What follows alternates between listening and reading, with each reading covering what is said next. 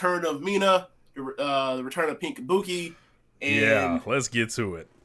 yeah, so Tekla and Mai come out. They come out to Mai's music, which is like okay, they, like come on now, we know What we who's doing higher in here? the we know who's higher in the hierarchy here. Y'all It's trying to not like trick me? right. It's not like neither one of us. It's not like neither one have a belt to like this to do the whole So let's not even do that.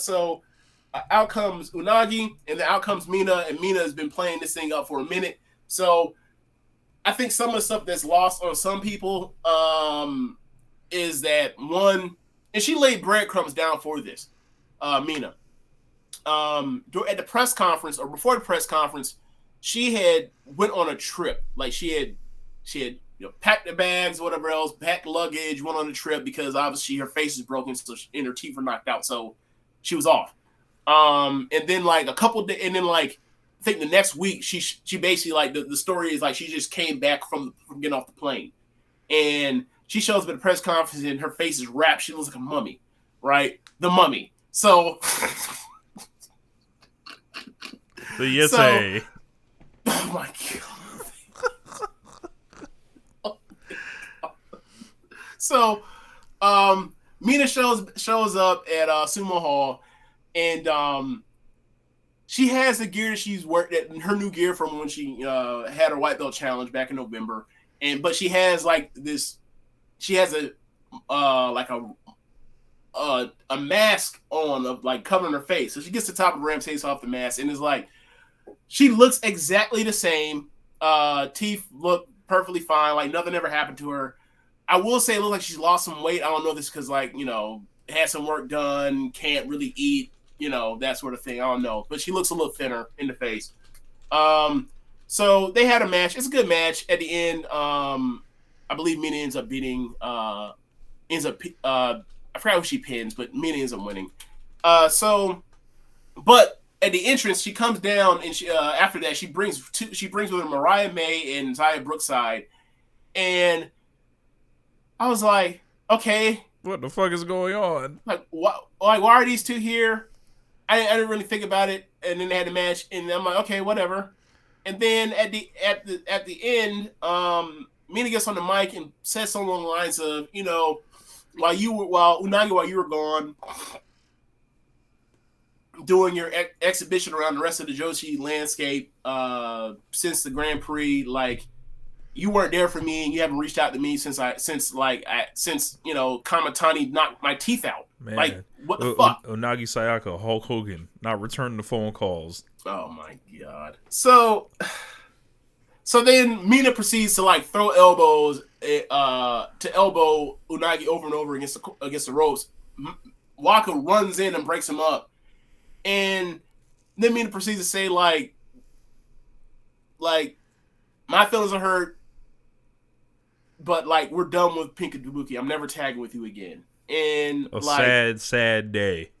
yeah, like I've grown to like them as a tag team, and like I was expecting to see them. I was like expecting to see them in tag league this year, and then like Unagi does I'm doing my excursion thing, my Joshi excursion thing, and I was like, oh, that stinks. Um, so like they're broken up. Like Unagi, heads up the ramp, the top of the ramp, and she cries. Mina's like crying on and off throughout this whole entire thing. They meet at the top of the ramp, and they're both trying not to cry and crying at the same time as they're breaking up. And it was a really sad moment. It was like, yeah, man, like they've grown on us like while watching them. Like they have grown on us and have like grown together, like and became better wrestlers together. Like with the whole Cosmic Angels trios with them as a tag team, like I wouldn't have been mad if they had became tag team champions eventually in like a year in like next year. I wouldn't have been mad at that at Same, all. same. Like like I was fully expecting to see like Meltier versus Pink Kabuki tag team title match. I was fully expecting that this year James, or next year. I didn't know Mina Shirakawa had so much in common with Swerve Strickland. Apparently she had to get her own mobile affiliates. Yeah, Two yeah. So big we talked whites. about that. Yeah, With her. like to have a charismatic, talented star, and then immediately pair them off to set them off a new ship by carrying like mediocre whites is like this. this happened literally like within 2 weeks of each other. It's like this cannot be a coincidence. This cannot. Like, luckily, I knew that like Mina was up to something. In retrospect, Mina was up to something when she went on that plane trip. She shook her ass to marry old England to go holler at some. I'm gonna leave it alone. I was gonna make a bland biscuits joke. But I'm leaving it alone. Rossi bringing it back to the essence with Mariah May. Yeah.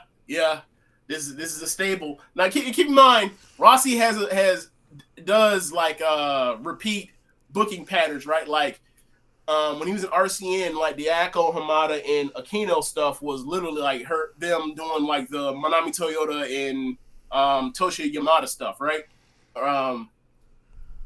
So like Tony Storm was his second chance of doing this. Was second chance of doing the Alundra Blaze Medusa stuff. That's second chance. It's like bring in this pretty blonde white woman and sell a bunch of photo books and merchandise based off the fact that like she's quote unquote exotic for here, like that. So and he loved Tony, right? Brewhaven. What's the chat say? Brewhaven, Jesus. Rossi, bring Alexa Bliss through the forbidden door. No. Log off. She can't come here. She's on Raw stinking it up right now, I believe. Look, an hour ago. Look, man, she has concussion history. I don't suggest she comes to Stardom. Look, if you get concussed in WWE Women's Wrestling, a friend of mine who shall remain nameless asked me to send him the Alexa Bliss video just to watch it again in light of her recent performance. Oh wow! Wow, I didn't realize she was out here stinking it up. Like they had a 20-minute match that ended in a DQ. Bliss and Belair. Jesus Christ. And Bray Lord. Jesus. Yeah. Continue. Yeah.